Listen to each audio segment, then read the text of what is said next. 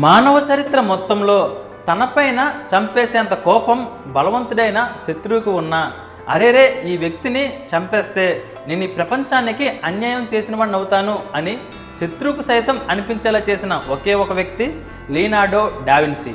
నేను డావిన్సీకి చాలా పెద్ద అభిమానిని. చరిత్ర మొత్తంలో డావిన్సీ లాంటి వ్యక్తి మరొకరు పుట్టలేదు. తన జీవిత చరిత్ర మొత్తం తెలుసుకుంటే చాలు మనకి ఈ సమాజంలో బతకడానికి కావాల్సిన తెలివి వచ్చేసినట్టే. కొత్తగా ఏమీ నేర్చుకోవాల్సిన అవసరం లేదు. తన లైఫ్లో కొన్ని సంఘటనలు మనకి ఔరా అని అనిపిస్తాయి.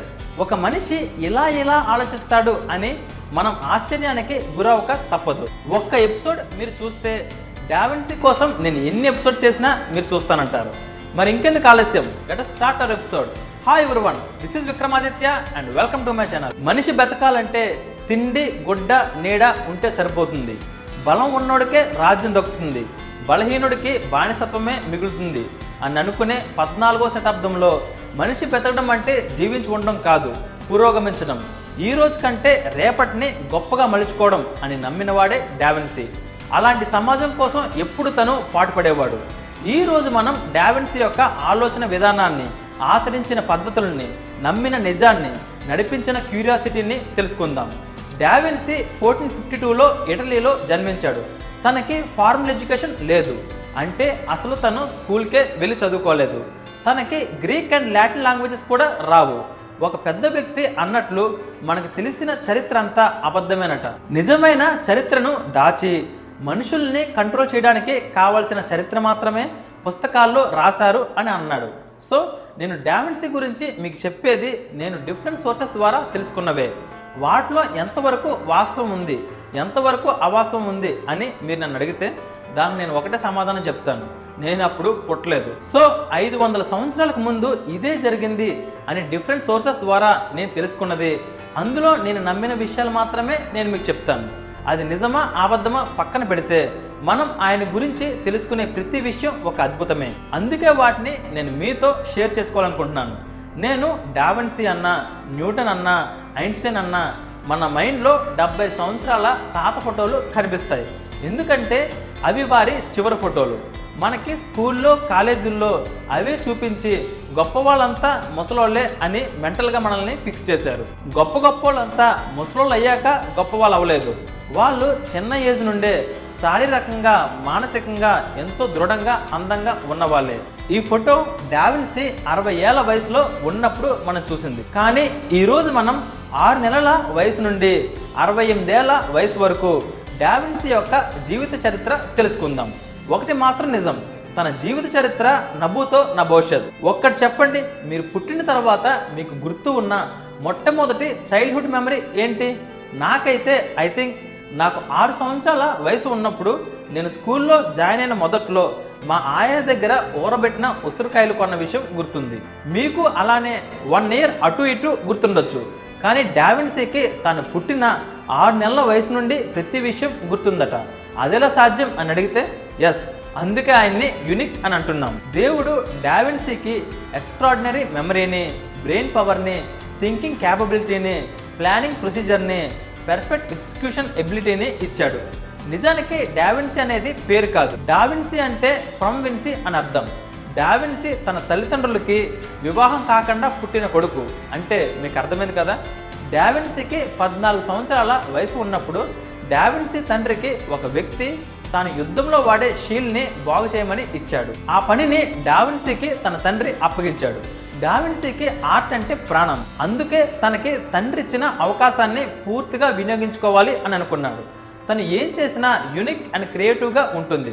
సో అప్పుడు ఏం చేశాడంటే వాళ్ళ తోటలో ఉండే చిన్న కప్పలు, పాములు, బల్లులు, గబ్బిలాలు, పురుగులు పట్టుకొని వాటిని డైసెక్ట్ చేసి, క్లీన్ చేసి, డ్రై చేసి ఒక అద్భుతమైన ఆర్ట్ ఫామ్లో ఆ షీల్డ్కి అంటించాడు. అది అత్యంత గొప్పగా అట్రాక్టివ్గా ఉంది. ఆ షీల్డ్ని తీసుకొని తన తండ్రి ఒక వ్యాపారికి 100 డ్యూకాట్స్కి అమ్మేశాడు. ఆ వ్యాపారి ఆ షీల్డ్ని మిలానీని పాలించే రాజుకి 300 డ్యూకాట్స్కి అమ్మేశాడు. అప్పటి నుండి ఆ షీల్డ్ మిలాన్లోని రాజమందిరంలోనే ఉంది. తను చేసిన మొదటి ఆర్ట్ వర్క్ అత్యంత కీర్తిని గడించింది. మనిషి కలగన్నా దేనినైనా నువ్వు నిర్మించగలవు. ఒకవేళ నిర్మించడం సాధ్యం కాదని ఎవరైనా అంటే అలా అన్నవాడు పిచ్చివాడు అని డావిన్సీ నమ్మేవాడు. ఫ్రెండ్స్, ఒక మోస్ట్ ఇంట్రెస్టింగ్ కథ చదివితే చాలు అది ఒక మనిషి జీవితాన్నే మార్చేస్తుందంటే మీరు నమ్ముతారా? కేవలం ఆ కథ మీ పిల్లలకి చదివి వినిపిస్తే చాలు వాళ్ళ జీవితానికి కావాల్సిన విలువలు నేర్చుకుంటారు అంటే మీరు నమ్ముతారా? మీరు జీవితంలో అనుభవిస్తున్నా లేక రాబోతున్నా ఎలాంటి సమస్యకైనా పరిష్కారం ఒక కథ చదివితే చాలు మీకు దొరుకుతుంది అంటే మీరు నమ్ముతారా?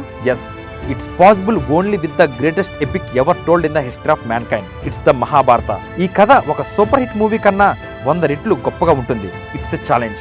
విక్రమాదిత్య మాటలో రాసిన మహాభారతం పూర్తి కథ 2 భాగాలలో పుస్తకం ఇంకా ఈబుక్ రూపంలో అమెజాన్ ఇంకా 43 ఆన్లైన్ స్టోర్స్లో దొరుకుతుంది. ఈ పుస్తకం ప్రపంచవ్యాప్తంగా 54 భాషల్లో దొరుకుతుంది. లింక్స్ ఈ వీడియో కింద డిస్క్రిప్షన్లో ఇచ్చాను, వెంటనే ఆర్డర్ చేయండి. ఎందుకంటే ఇది కేవలం ఒక పుస్తకం మాత్రమే కాదు, ఇది నీ జీవితానికి కావాల్సిన గ్రంథాలయం. తరువాత డావిన్సీ విరోచియా అనే ఒక ఆర్ట్ మాస్టర్ దగ్గర అప్రెంటిస్గా జాయిన్ అయ్యాడు. అక్కడే ఆయన 20 ఏళ్ల వరకు అప్రెంటిస్గా ఉన్నాడు. విరోచియా ఏమన్నాడంటే, నా దగ్గర ఇంకో డావిన్సీ లాంటి కుర్రాడు వస్తాడు అని అంటే నా దగ్గర పనిచేసే 100 మందినైనా ఇచ్చి అతన్ని తీసుకుంటాను అని అన్నాడు. విరోచియా డావిన్సీ యొక్క మేధస్సును చూసి ఎప్పటికప్పుడు ఆశ్చర్యపోయేవాడు. డావిన్సీ 20 ఏళ్ళు వచ్చిన తర్వాత తనకున్న ఆలోచనలు తెలివిని ఆచరణలో పెట్టాలి అనంటే దానికి తగిన ఒక అవకాశం కావాలి అని అనుకున్నాడు. దానికి ఒకటే మార్గం, పాపులారిటీ. తనకి తాను ప్రమోట్ చేసుకుంటేనే అది సాధ్యం అని అనుకున్నాడు. ఇంతలో అక్కడ మార్కెట్లో ఒక అందమైన అమ్మాయి తనకు కనిపించింది. ఇంకేముంది, మనోడికి డీవియేషన్ స్టార్ట్ అయింది. ఆ అమ్మాయి ఎవరంటే ఫ్లోరెన్స్ని రూల్ చేసే లొరెంజో యొక్క ఉంపుడుగత్తె. మనోడు ఏమాత్రం తగ్గలేదు. నెక్స్ట్ డే మార్నింగ్ అక్కడ పూల కొట్లో పూలు కొనుక్కోవడానికి ఆ అమ్మాయి వచ్చింది. మనోడు అక్కడికక్కడే దూరం నుండి ఆవిడని చూస్తూ ఆమె స్కెచ్ని డ్రా చేశాడు. ఆ స్కెచ్ని తన జూనియర్ అయిన ఒక వ్యక్తికి ఇచ్చి ఆమెకి ఇవ్వమన్నాడు. ఆవిడ ఆ స్కెచ్ని చూసి ఇంప్రెస్ అయ్యి దాన్ని గీసింది ఎవరు అని అడిగితే డావిన్సీ వైపు చూపించాడు. ఆవిడ డావిన్సీతో మాట్లాడాలని చెప్పు అంది.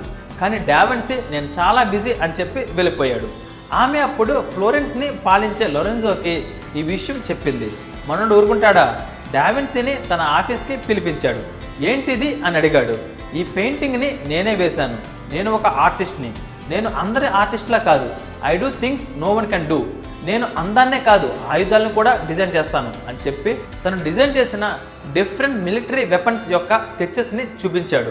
అప్పుడు లొరెంజో నేను యుద్ధానికి విరుద్ధం కాబట్టి ఇలాంటి ఆయుధాలని తయారు చేయడానికి నేను ఒప్పుకోను అని అన్నాడు. అప్పుడు డావిన్సీ నేను అందుకే వీటిని డిజైన్ చేశాను, వీటిని యుద్ధంలో వాడడానికి కాదు, వీటిని చూపిస్తే శత్రువులకి భయం కలిగి మన మీదకి యుద్ధానికి రాకుండా ఉండడానికే ఇవి డిజైన్ చేశాను అని అన్నాడు. నీకేం కావాలి అని లొరెంజో అడిగాడు. నాకు మీ ఆస్థానంలో మిలిటరీ ఇంజనీర్గా పోస్ట్ కావాలి, నా ప్రాజెక్ట్స్ అన్నిటికీ ఫండింగ్ కావాలి అని అడిగాడు. 2 నిమిషాలు ఆలోచించి సరే అని లొరెంజో ఒప్పుకున్నాడు. అప్పుడు లొరెంజో డావిన్సీని నువ్వు నా దగ్గర రావడానికి, మనం కలవడానికి, నీ స్కెచెస్ చూపించడానికే కదా ఆవిడని వాడుకున్నావు అని అన్నాడు. దానికి డావిన్సీ నా గోల్ సాధించుకోవడం కోసం నాకు అందుబాటులో ఉన్న ప్రతి దానిని నేను వాడుకుంటాను అని అన్నాడు. నిజానికి ఆవిడ మీద డావిన్సీకి ఎలాంటి ఇంట్రెస్ట్ లేదు. కేవలం లొరెంజోని కలవడానికి, తన ఎయిమ్ని ఫుల్ఫిల్ చేసుకోవడానికి, ఒక అవకాశాన్ని సృష్టించుకోవడానికి మాత్రమే డావిన్సీ ఆవిడని యూజ్ చేసుకున్నాడు. అలా డావిన్సీ మల్టిపుల్ బ్యారెల్ కెనాన్ని తయారు చేశాడు. అప్పట్లో సింగిల్ బ్యారెల్ కెనాన్ మాత్రమే ఉండేవి, అవేనండి మన పిరంగులు. కానీ డావిన్సీ 3 వరుసల్లో ఒక్కో వరుసలో 11 చెప్పున 33 కెనాన్స్ ఉండే మిలిటరీ మిషన్ని తయారు చేశాడు. అలాంటి 10 మిషన్స్ని తయారు చేశాడు. వాటిలో ఒక వరుసలో కెనాన్స్ ఫైర్ చేస్తే మరో వరుసలో కెనాన్స్ లోడ్ అయ్యేవి, మరో వరుసలో కెనాన్స్ కూల్ అయ్యేవి. ఇది చాలా సక్సెస్ఫుల్ మిషన్. ఇదే మిషన్ గన్ తయారు చేయడానికి నాంది పలికింది. సో డావిన్సీ ఈ మిషన్స్ని తయారు చేస్తున్నాడు అని రోమన్స్కి తెలిసింది.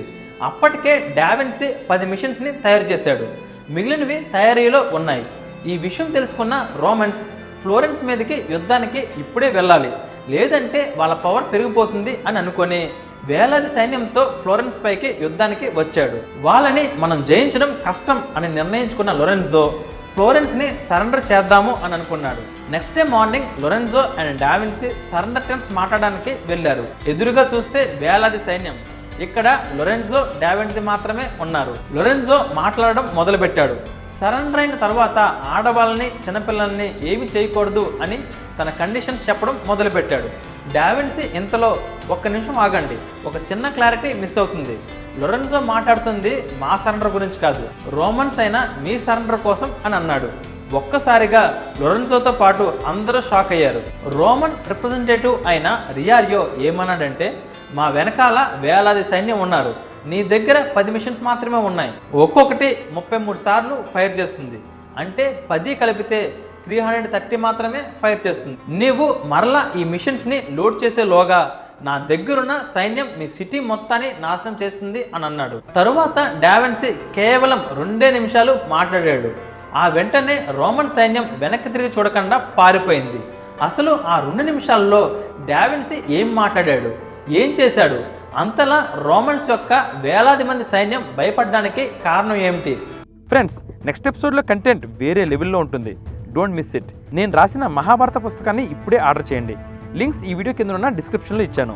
అలాగే ఇప్పటి వరకు నా ఛానల్ని మీరు సబ్స్క్రైబ్ చేసుకుని ఉండకపోతే వెంటనే సబ్స్క్రైబ్ చేసుకోండి. Till then take care.